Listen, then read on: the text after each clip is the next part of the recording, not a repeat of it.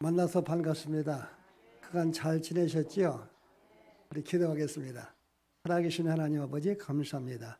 영광을 받으시옵소서. 교회에서 성령께서 함께 하시니 감사하고 인도하시니 감사합니다. 우리의 심령수의 주의를 거룩히 지키시는 귀한 믿음 주신 것을 감사합니다. 연약하고 부족한 종이 주의 말씀을 선포합니다. 진리 영신 성령께서 말씀을 실사오니 성령께서 말씀 속에 운행해 주시옵소서. 듣는 자나 전한 자가 말씀 속에서 하나님 만나게 도와주시고 신령한 하나님의 음식을 듣게 도와주시고 우리의 심령이 말씀으로 무장되어서 주의 제자로서의 삶을 살아가도록 성령께서 인도하여 주시옵소서. 예수님 이름으로 기도드리옵나이다. 아멘. 사랑하는 여러분들이 지난 주일날 부흥회를 통해서 은혜를 많이 받으셨습니다. 부흥의 주제는 10계명인 걸로 제가 알고 있어요. 10계명, 위로 하나님 사랑하고 그리고 아래로 사람을 사랑하는 그런 주제를 가지고 계속해서 부흥의 기간 동안에 은혜를 받으셨습니다. 그런데 물어보면은 당신은 무슨 은혜 받았습니까? 그렇게 물으면은 은혜는 받긴 받았는데 무엇을 받았는지 알지를 못해요. 쉽게 말해서 받았는데 깨닫지를 못한다 그 말입니다. 부흥의 기간 동안에 실제로 깨닫는 은혜를 받았어요. 아, 믿음 생활은 이렇게 하는 거구나. 주님 사랑은 이렇게 하는 거구나. 이웃은 이렇게 사랑하는 거구나. 깨닫는 영을 부어주셨어요. 그것이 은혜예요. 그리고 말씀을 받았어. 말씀. 근데 부흥의 기간 동안에 사람들이 부흥 강사가 욕을 했다. 그러면 그 욕만 기억해. 제가 설교 시간에 가끔 신학교에서 염소 키웠다 그러니까 목사 설교는 다 잊어버리고 염소 키운 것만 생각을 해. 그리고 배가 있다, 땡치리가 있다. 그러면 땡치리만 기억하지 말씀은 다 잊어버릴 수가 있어요. 그래서 왜 주의 종들이 전할 때에 이런 간증도 하고 이런 얘기도 하냐면 그 기간 동안에 딴 생각하지 말고 말씀을 잘 깨닫더라고 했어요. 그래서 신앙생활은 여러 가지 말씀을 들었지만은 그 말씀 중에서 깨달은 말씀. 제가 19살 때 서울에 있는 그 기도원에 가서 제일기도원이라고 삼각산에 있는 기도원이에요. 그 당시에 전기가 안 돌아서 물레방아로 전기를 일으키더라고. 강사님은 이강산 목사님. 이강산 목사님이 뭐라고 하냐. 감리교 목사님이셨어요. 천안교회 에베소교회 담임 목사님이셨는데 그분을 통해서 여호수아서를 제가 들었어요. 여호수아서를 그분의 삶을 보았고 그런데 놀라운 사실은 그 말씀 중에서 뭐냐면 함께 모세와 함께 있는 것 같이 내가 너와 함께 한다는 말씀이었어요.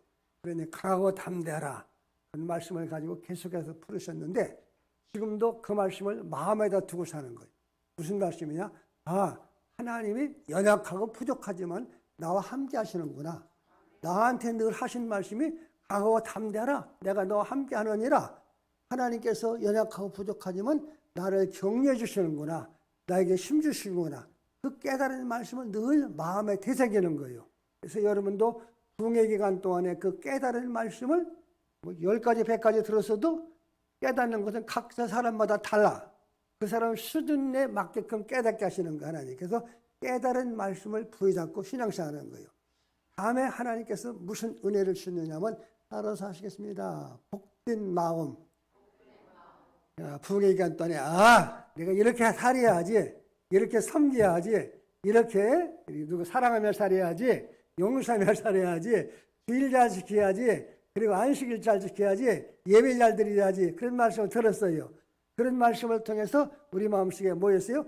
복된 마음을 주셨어. 그 복된 마음을 못 받았으면은 그걸로 끝나 그냥 깨달은 걸로. 그래서 복된 마음을 허락하신 거예요. 연약하고 부족하지만은 내가 일평생 동안 주님으로부터 은혜를 받았으니까 그 은혜 속에서 살아야지. 그리고 은혜에 대한 감사한 마음, 헌신된 마음을 가지고 살아야지. 그 일평생 내가 연약하고 부족하지만 주께 드려서 헌신되어서 사는 거예요. 왜냐하면 그 복된 마음을 내가 부시기 때문에 내가 12조 생활해야지, 전도 생활해야지, 무슨 생활하지? 그런 복된 마음을 주셨어요.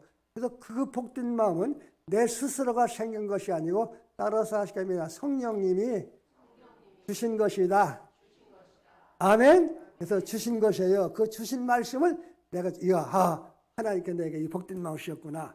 이웃 사랑하는 마음이었구나. 노인 섬기는 마음이었구나. 교회로서 봉사하는 마음이었구나. 연약하고 부족하지만 내가 성가대로서 찬양을 통해서 하나님께 영광 돌리는 그런 은혜를 주셨구나. 그러면 그것을 마음에다 늘 품고서 그 말씀을 붙들고 신앙생활을 하는 거예요. 그럴 때에 여러분이 은혜 가운데 거하게 되는 것입니다. 이제 오늘 본문 말씀은 여러분이 잘 아시는 말씀이에요. 이 말씀을 제가 쉽게 말씀 중심에서 말씀을 하나하나 풀어가면서 제가 말씀을 전하려고 그래요. 잘못 들으면 설교가 그냥 이렇게 여러 가지로 갈라질 수가 있어요. 한 가지 말씀은 예수님께서 한 중풍병자를 고치신 말씀의 내용이에요. 그 말씀 속에 보면 예수님께서 가버나움이라는 동네에 가셔서 귀신도 쫓아주시고 많은 병자도 고치시고 그리고 말씀 전도도 하시고 하셨어요.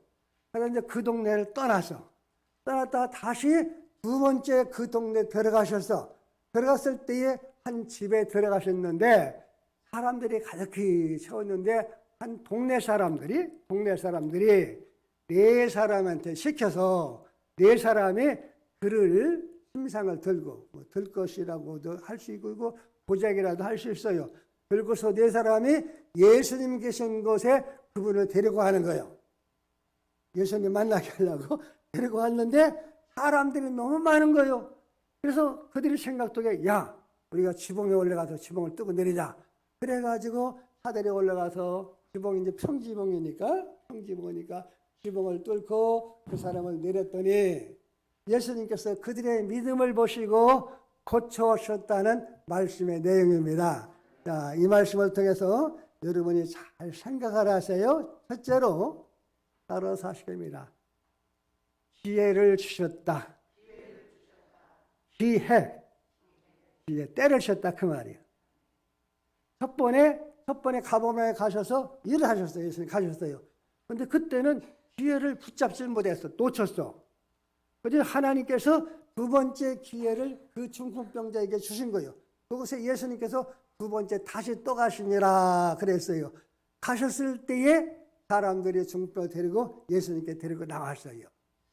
우리들이 인생을 살아가면서 사람들은 우연이라고 생각을 해요. 우연이라고. 그러나 성경은 그렇지 않습니다.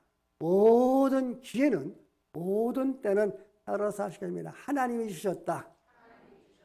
하나님이 나에게 주시는 거예요. 그래서 하나님의 모든 기회는 하나님의 때인 것입니다. 하나님께서 주신 기회인 것입니다. 그래서 우리가 기도할 수 있는 기회를 주셔. 기도해야 된다고 은혜 받을 수 있는 기회도 주시오. 복을 받을 수 있는 기회도 주시고 전도할 수 있는 기회도 주시고 그리고 내가 어떻게 해요? 내가 복된 삶을 살아갈 수 있는 기회도 주시고 복 받을 수 있는 기회도 주셔. 그리고 성공할 수 있는 그런 기회도 하나님께서 주시는 것입니다. 주시는데 그 기회를 놓치지 않고 꼭 붙드는 사람, 그 기회를 내 것으로 삼는 사람이 하나님의 은혜를 받고 누리게 사는 거예요. 기회를 놓치면 후회만 남아. 제가 후회하는 것이 한 가지 있어요. 그게 뭐냐면 내가 왜 영어를 안 배웠을까? 내가 왜 영어를 안 배웠을까? 특히 한국에서는 못 얻는데 외국에 나갈 때마다 그냥 언어가 안 통하니까 이 교류가 안 돼. 언어가 안 통해, 교류가 안 돼. 그래서 그냥 남는 건 후회만 남는 거예요. 그때 영어 공부했을 걸. 그때 젊었을 때에 공부할 걸. 젊었을 때에 성경 많이 읽었을 걸. 하나님께서 기회를 주셨는데 그냥 헛된 데 시간 보내고 살았다고. 공부할 때, 남 공부할 때 공부 않고 건달 생활하고 그 짓을 하고 살았다고. 그러니까 뭐가 남아요? 후회만 내게 남는 거예요. 그래서 모든 때는 하나님이 주신 그러한 때예요. 우리 목사님과 함께 목사님이 10명을 거느리고 선교 여행을 가셨다고 할 때에 가이드 없이 여행 다닌다는 건 쉬운 것이 아니에요. 공항에서 수속 밟는 거, 여권 하고 짐 붙이고 그리고 인수라는 것이 보통 쉬운 것이 아니라고. 이 가이드는 직업이기 때문에 쉽게 하지만은 어쩌다 한 번씩 나가면 참 신경을 많이 쓴다고. 또 거기 가서 선교지 가서 교회 계속 8교회 방문하고 하는데 얼마나 힘들고 그랬겠어요. 그래서 이제 갔다 왔어. 밤에 새벽에 가서 왔고 또 새벽에 왔다고. 힘든 데다가 또 거기다가 어떻게 했어요? 뭐 팔순 예배 드리고 그리고 부흥회 했고 그리고 초상 치렀고 했어요. 만약에 여기 서 있는 김 목사가 이 단임 목사 원로 목사가 그랬으면 지금 아마 천국 가 있을 거예요. 그래서 어저께 보니까 신학교에서 만났어요. 멀쩡하더라고. 내가 서울로 병 안 난다고 물어보려고 하다가 말이 그렇지. 부흥회 하는 것도 어려운데 왜 어려우냐? 은혜 받을 사람이 참석을 안 하는 거예요. 목사는 그냥 그게 마음 아픈 거예요. 은혜 받을 사람이 참석지 않고. 은혜 받는 사람 은혜 받으니까. 그런 신경 속에서 따라 사시면 젊은 것이 좋은 거예요. 그렇죠? 젊었을 때 내가 설교 시간이 가끔 있을 때 잘해 후회하지 말고. 내 나이가 어때서 지금 한참 섬기 좋은 때인데 이 때는 누가 주셨어요? 하나님이 주셨어요. 그 때를 놓치지 말고 여러분 거 삼으시기를 주님으로 축복합니다. 때를 잘 붙드는 사람이 하나님의 은혜를 받고 사는 거예요. 그리고 때를 놓치지 않고 그 때를 잘 내 것으로 활용한 사람이 이 세상에서도 어떻게 해요? 좀 남부럽지 않게 잘 사는 거예요. 두 번째로 우리는 여기서 무엇을 볼 수가 있느냐면 때에 대해서 나왔어요. 두 번째로는 따라서 하십니다. 좋은 친구. 중풍병자에게는 누가 있어요? 좋은 친구가 있어. 그 친구가 4사람이나 있었다고 했어요. 4사람의 친구를. 중풍병자는 잘 먹어. 잘 먹으면서도 운동을 하기 때문에 살이 뚱뚱하게 찐다고. 그리고 몸도 마음도 엄청 무거워. 그런데 이 친구가 친구가 그들한테 전도회가 가자고 해서 그를 메고 거기까지 갔어요. 참 좋은 친구예요. 그렇죠? 좋은 친구. 이 세상에서 가장 좋은 친구가 누구일까? 자, 술 먹을 때는 술 친구가 있어요. 직장 다닐 때는 동료가 있어요. 친구가 있어요. 군대 생활할 때는 전우가 있어요. 전우가 있어요. 그리고 보면은 운동하는 사람은 운동하는끼리 친구가 돼요. 예를 들어 내가 배드민턴을 친다. 그러면은 어떻게 해요? 배드민턴 동료가 있어요. 내가 탁구를 한다. 탁구 친구가 있어요. 그런 친구도 좋지만은 가장 좋은 친구는 어떤 사람이냐? 나를 따라서 하시면 나를 주님께로 인도한 친구. 아멘? 그 믿음의 친구가 가장 좋은 친구야. 우리가 친구 잘못 만나서 나쁜 길로 가는 사람이 이 땅에 얼마나 많은지 몰라요. 그래서 우리는 필요할 때마다 좋은 친구 만나게 해주세요. 기도하는 거예요. 자식을 위해서 기도할 때도 하나님 우리 자식이 좋은 친구 만나게 해주시고 좋은 친구 되게 해주시고 다른 사람에게도 좋은 친구 되게 해주시고 그러는 거예요. 부모님 잘 만나는 것도 은혜요. 그리고 남편 잘 만나는 것도 은혜요. 근데 더욱더 좋은 것은 친구 잘 만나는 것도 하나님의 은혜인 것입니다. 그래서 우리는 좋은 친구 되어주려고 하는 거예요. 제 주변에는 좋은 친구가 참 많이 있어요. 좋은 친구가 저보다 믿음이 좋은 친구가 많이 있어요.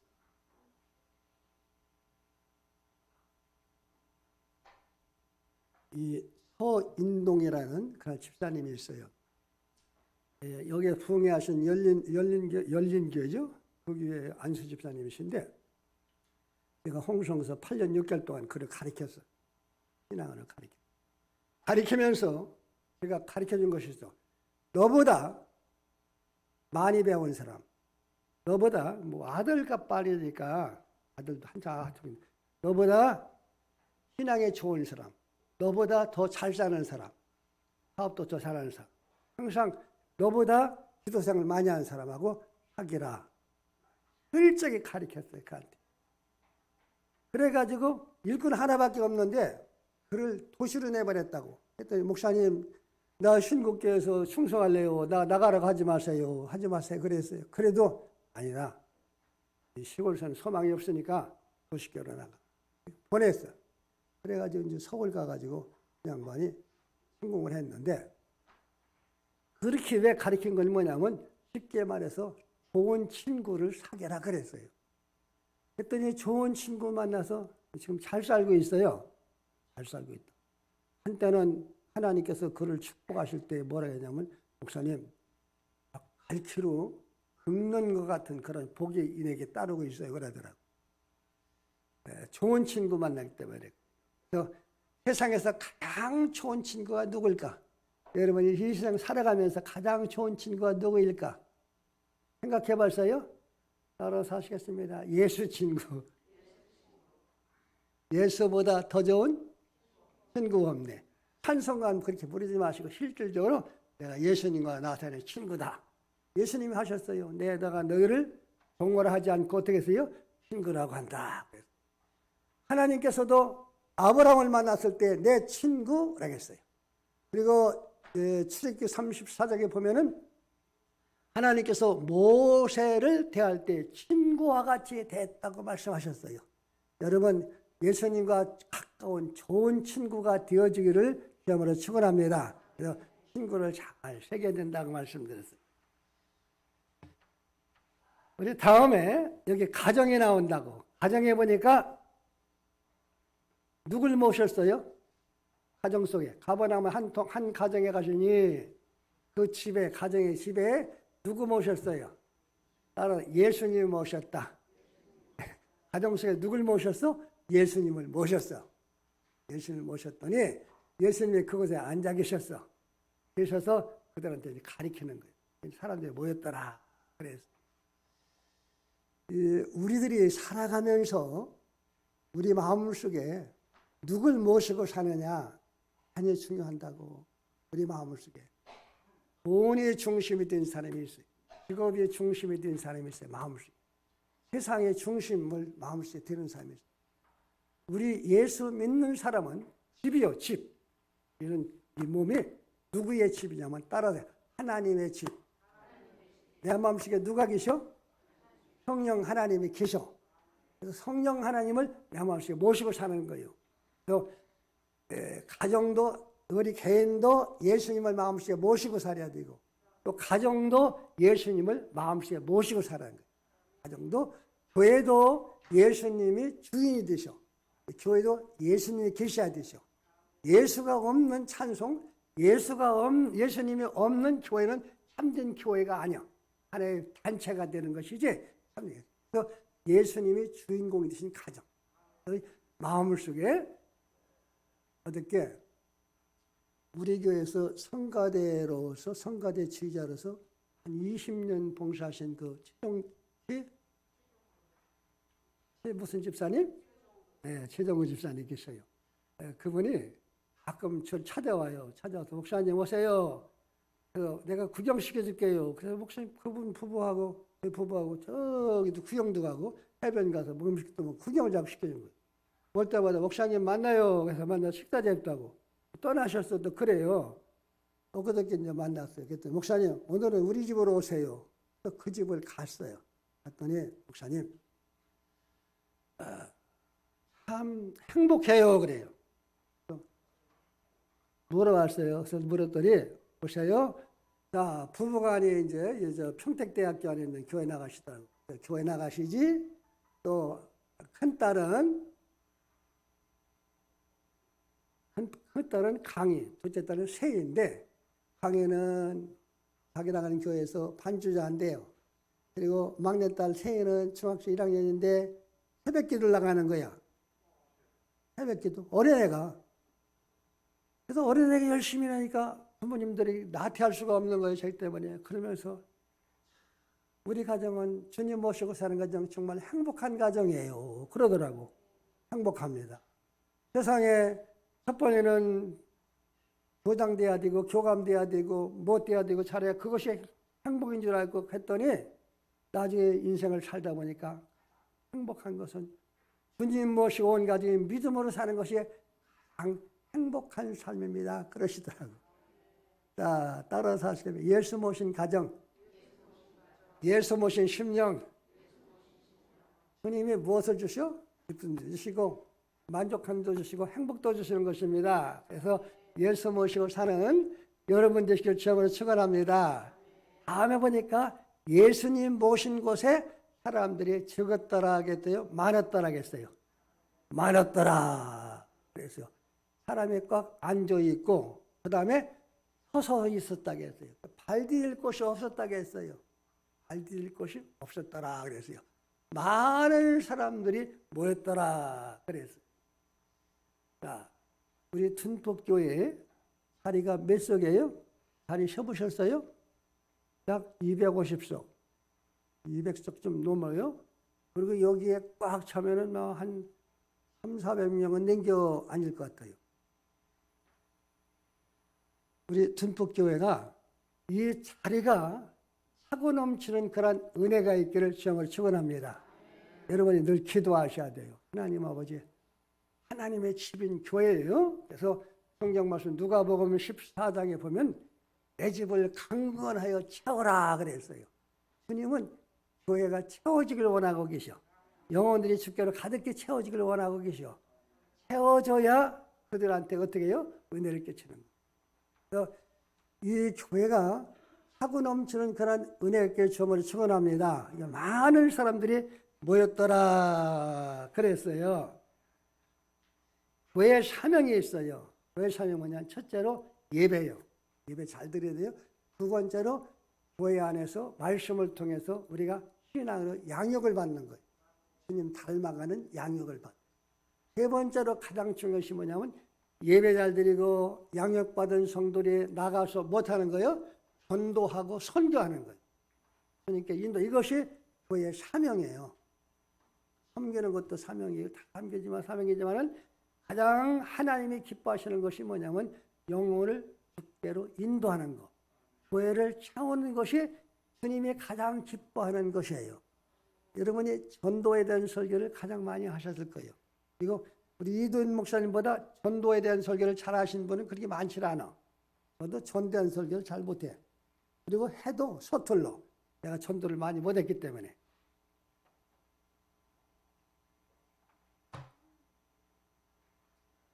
자, 여러분, 하나님의 집이 채우세요. 강건하여 채우시라고. 그래서 채울 때에 이번에 내 집에 있는 영혼들, 자식들을 주께 인도하고 하는 거예요. 지구촌 교회 그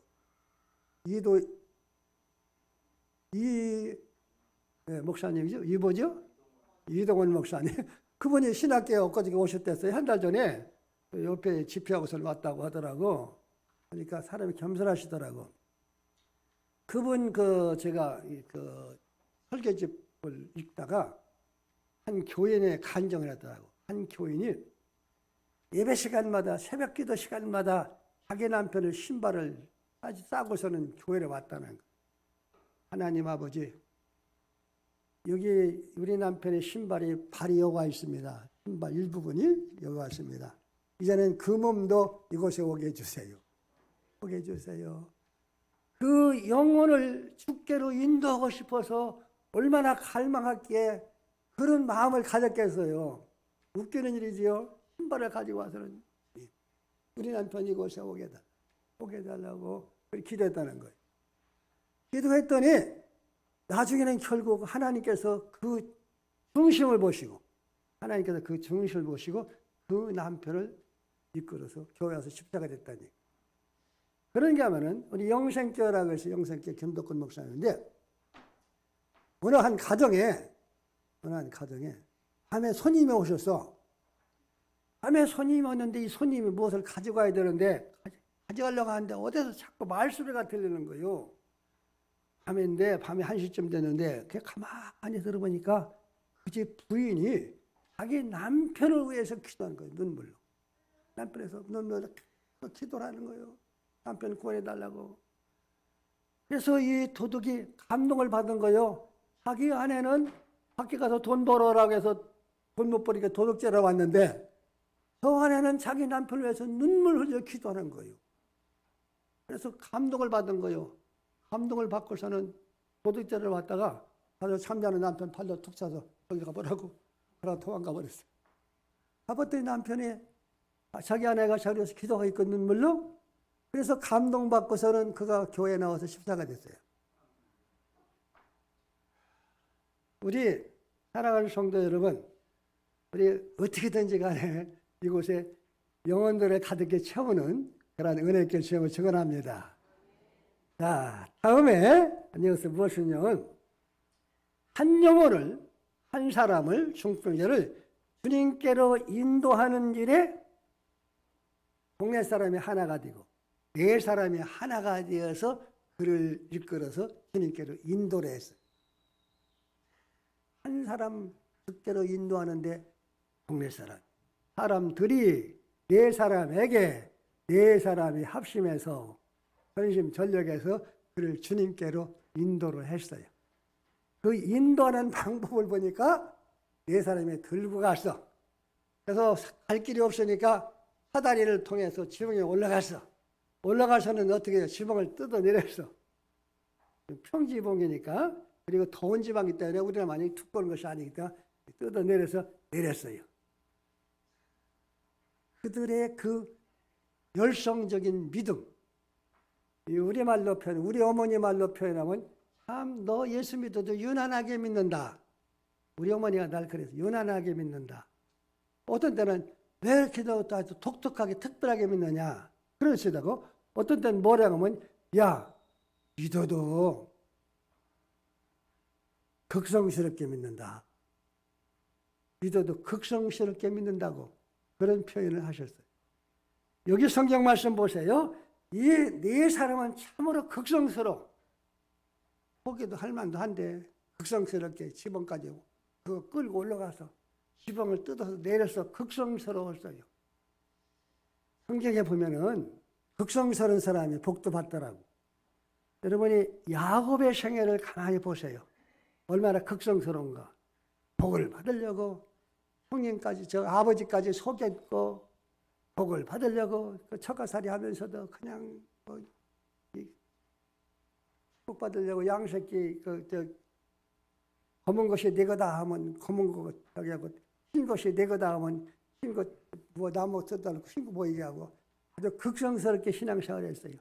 그리고 사랑하는 아내를 얻을 때에 그냥 사랑해서 며칠 하다가 그만둘 텐데 자그마치 20년인가 사랑하면서 극성스럽게 사랑했다고. 결국은 극성스럽게 그가 믿음 생활을 하니까 하나님께서 그에게 어떻게 하세요? 그가 원하는 대로 그에게 은혜를 주셨어요. 이 교회는 좀 극성스러운 사람이 많아야 돼요. 극성스럽게 새벽 기도하고 극성스럽게 봉사하고 극성스럽게 전도하고 극성스럽게 그러는 거예요. 아니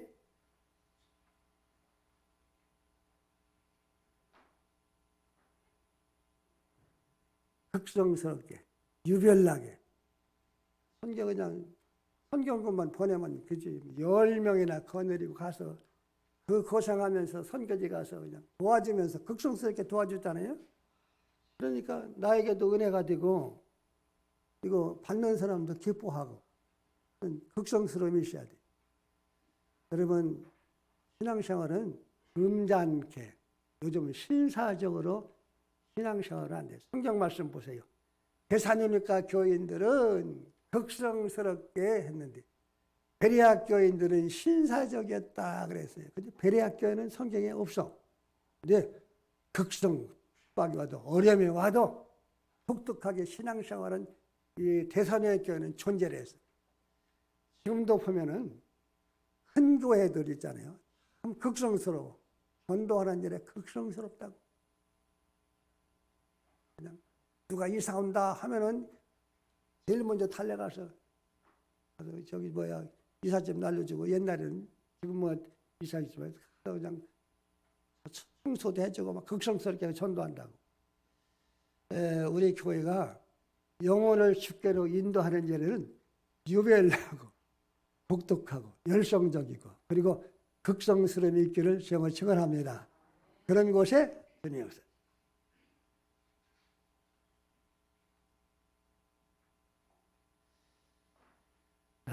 이들을 보면은 그 극성스러움에도 뭐냐면 사랑의 수고가 있어. 사랑의 수고.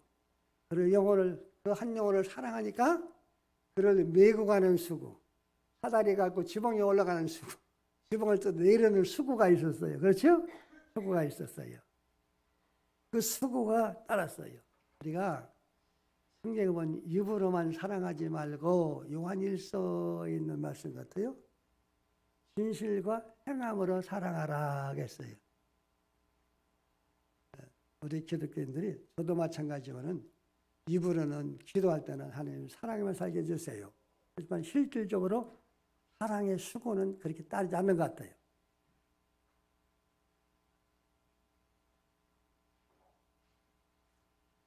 이 세상은 교회도 마찬가지고 세상도 마찬가지고 사회도 마찬가지고 단체도 마찬가지고 수고하는 사람에 의해서 세워지고 수고하는 사람에 의해서 존재해요. 그 수고하는 사람에 의해서 발전한다고. 가만히 앉아있는 사람에 의해서 발전하는 것이 아니라 제가 신학교가 있어요. 월요일부터 토요일까지 있고 그리고 집에 와서 예배드리고 또 주일날 가요. 그래서 어디 사냐고 물으면 제가 여주 이천에 삽니다 대답을 한다고. 그것이 그게 산속에 산속. 첫 번째 예배를 때 산속에다가 그냥 삽 갖다 놓고 모래판 놓고 그 예배를 드렸어요. 그런 것인데 지금은 가보면은 하나의 낙원이요. 그렇게 좋은 것은 없어. 환경적으로. 저절로 된 것이 아니고 많은 사람들의 수고로 하여금 그것이 유지되고 발전하고 성장하는 낙원이 된 거예요. 전폭교회가 여기까지 온 것도 저절로 된 것이 아니고 사람들이 눈물의 씨앗을 뿌렸고 헌금으로 수고했고 몸으로 봉사하고 수고하고 수고한 사람들에 의해서 이 교회가 세워지고 존재하는 거예요.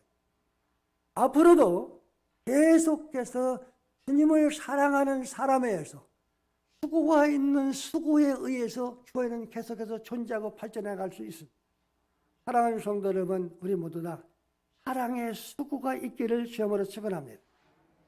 다음에 주님께서 네 사람의 믿음을 보시고 오라고 했어요.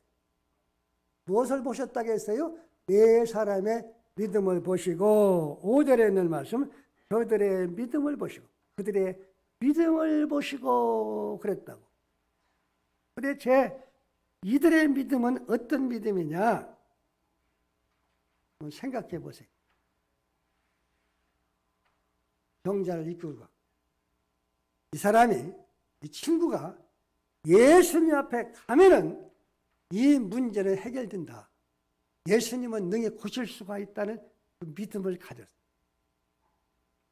여러분, 우리가 주님을 믿을 때에 모든 문제를 주님 앞으로 가지고 가면 주님이 해결해 주시는 능력자이심을 믿으시길 바랍니다. 잘하시죠. 이게 이들의 믿음이에요. 주님 앞으로 가면은 해결할 수가 있다는 그 믿음을 가지고 주님 앞에 데리고 간 거예요. 그래서 모든 문제 해답은 주님께 있어. 모든 문제는 누가 있어요? 기도가 문제의 해답이에요. 두 가지를 꼭 해.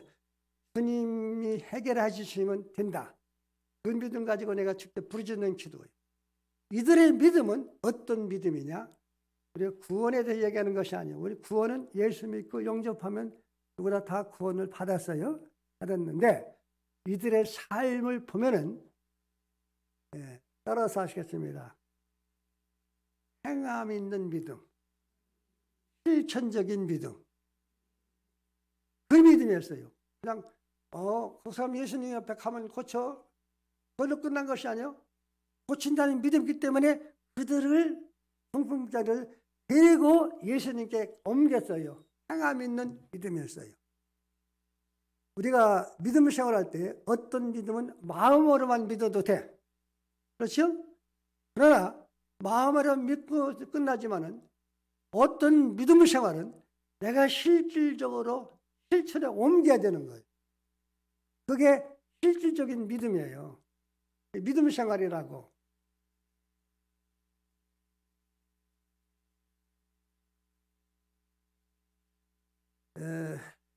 여호수아 1장 2절에 보면은 하나님께서 이제 여호수아가 모세의 후계자가 됐어요. 후계돼서 이스라엘 백성들을 이끌고 가려니까 너무 겁이 나는 거예요. 자기는 종으로 살았지. 그 다음에 백성들은 많지. 또 지도력은 이제 모세보다 약하지. 그러니까 하나님께서 뭐냐면 내가 너와 함께한다. 강하고 담대하라. 내가 너와 함께한다. 용기를 가져라. 주님이 격려해 주셔서. 주의 종은 하나님이 격려해 주셔요. 그렇게? 그런데 주님이 하신 말씀이 뭐냐면 내가 약속한 땅을 내가 다 너에게 준다. 그러나 발바닥으로 밟는 것만이 네 것이 될 것이다 했어요. 이번에 실질적으로 행동에 옮긴 것만. 다음에 여호수아 그 13장인가 14장에 보면 레위인들이 제사장들이 법궤를 메고 가 요단강 장마철에 요단강 머리에 차고 넘쳤다고 했어요. 그런데 걸어가라. 발바닥으로 물을 디디니까 하나님께서 어떻게 했어요? 그 물을 막으셨어. 길을 내주셨다고. 이게 뭐냐? 하나님은 우리들이 믿음 생활할 때에 실질적으로 실천적인 믿음, 삶에 옮기는 믿음 생활할 때에 따라 사실 겁니다. 하나님이 역사하신다. 아멘. 하나님이 역사하시는 것. 복을 받는 것도 마찬가지고 은혜 받는 것도 마찬가지고 우리가 은혜로 구원받자는 다 그래요. 실천적인 믿음을 가지는 거예요.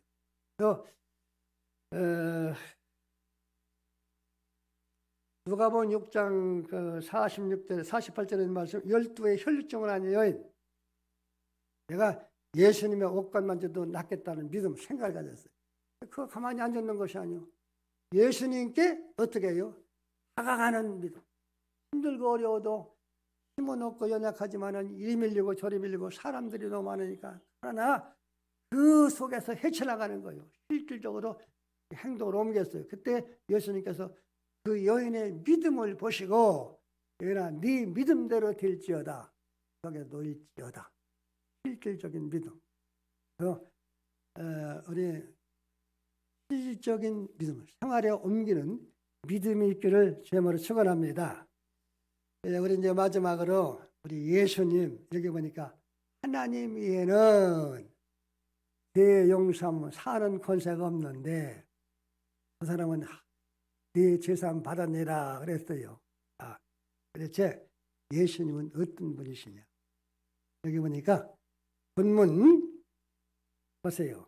저의 믿음 5절에 보니까 예수님께서 그들의 믿음을 보시고 그 다음에 8절에 보니까 예수님께서 그들의 중심을 생각을 아시고 중심하셨다고 생각하셨다겠어요.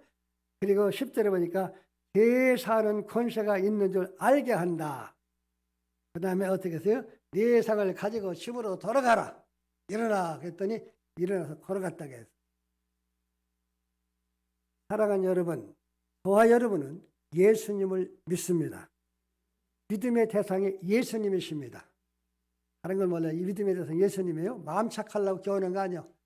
수양하려고 교회 오는 것이 아니에요. 우리는 불교인이 아니에요. 보답하려고 오는 것도 아니라고.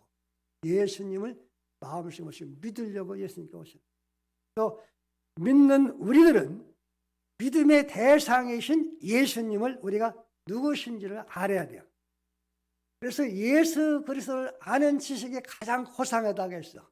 그리고 예수 그리스도를 아는 지식 속에 자라가라고 했어요. 자라가라고 했어요.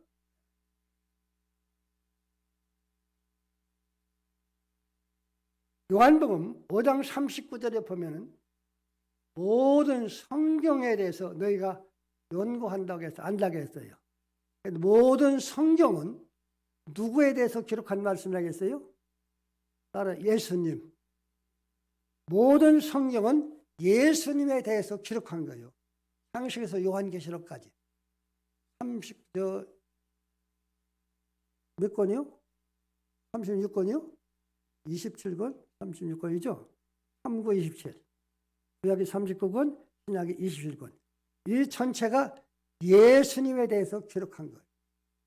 마치 뭐가 같으냐면 여기를 찔렀어. 그랬더니 여기 뭐가 나와? 뭐가 나와요? 물 나와요? 피가 나와. 여기를 찔렀더니 뭐가 나와? 피가 나와. 발을 찔렀더니 뭐가 나와? 피가 나와.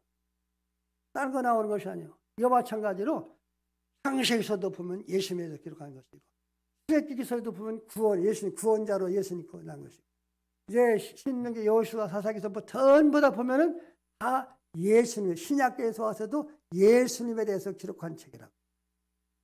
그래서 우리가 신앙생활할 때 예수님을 우리가 깊이 아는 일에 여러분이 힘쓰셔야 돼요.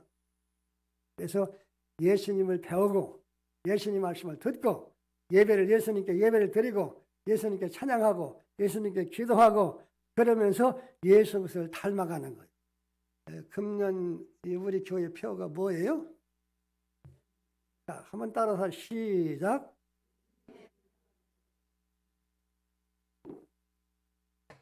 예수님의 제자가 되자 그랬어요.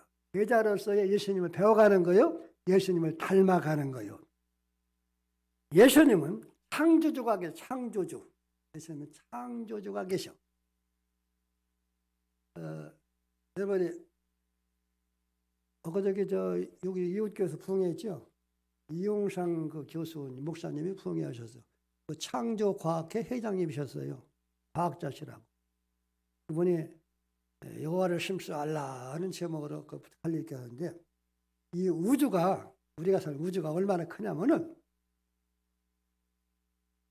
빛이 1년 가는 걸 1광년이라고 그래요. 빛이 똑딱하는 사이에 지구를 7바퀴 돈다고 했어요. 그런데 빛이 1년 가는 걸 1광년, 100년 가는 걸 100년. 빛이 100년을 가도 이 우주가 끝이 없는 거예요. 못 나가는 거예요. 그리고 별이 수십억 개가 요 은하계거든요. 은하계예요. 근데 은하계라는 것이 이 우주에 몇 개가 넘으면 수백 개가 있다는 거예요. 이것이 얼마나 큰지 모르는 거예요.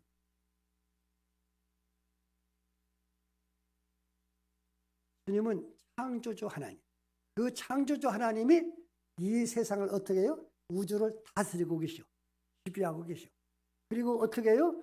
그분이 이걸 섭리하고 계시오. 그렇기 때문에 이게 온전해진 거예요. 그러면서 뭐라 하시냐면 지구가 돌다가 조금만 이탈해도 얼어 죽든지 조금만 더 돌아도 햇빛한테 전부 타 죽는데요.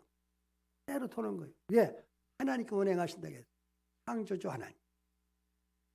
하나님은 따라서 구원자 예수님, 나를 구원해 주신 예수님, 우리가 예수님의 은혜로 구원받고 예수님의 은혜로 하나님의 자녀가 됐고 예수님의 은혜로 지용산 받았고 예수님의 은혜로 천국의 백성이 됐고 예수님의 은혜로 거룩하게 되었고 예수님의 은혜로 지금까지 내가 믿음 생활 잘하고 있는 거예요.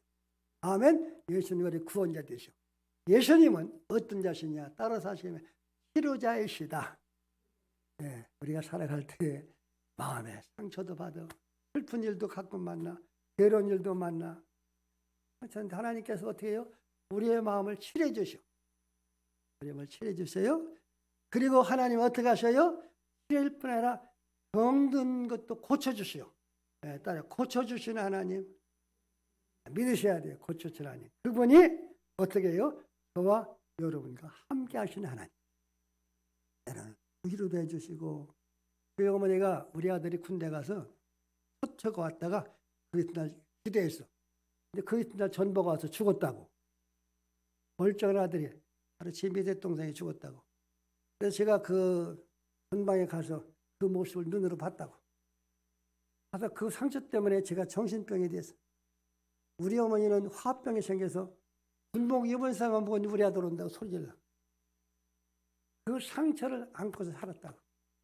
화병에서 여기가 늘 뭐가 있다고 해서. 그가 주님을 만났어. 주님을 찾았어. 그 어려운 속에서 주님께서 하신 말씀이, 야, 내가 그때문에 막 상처를 가졌는데 주님이 내게 오셔서 나를 위로해 줬다. 오히려 감사한다고 했어요. 주님은 치료해 주시는 하나님, 위로해 주시는 하나님이십니다.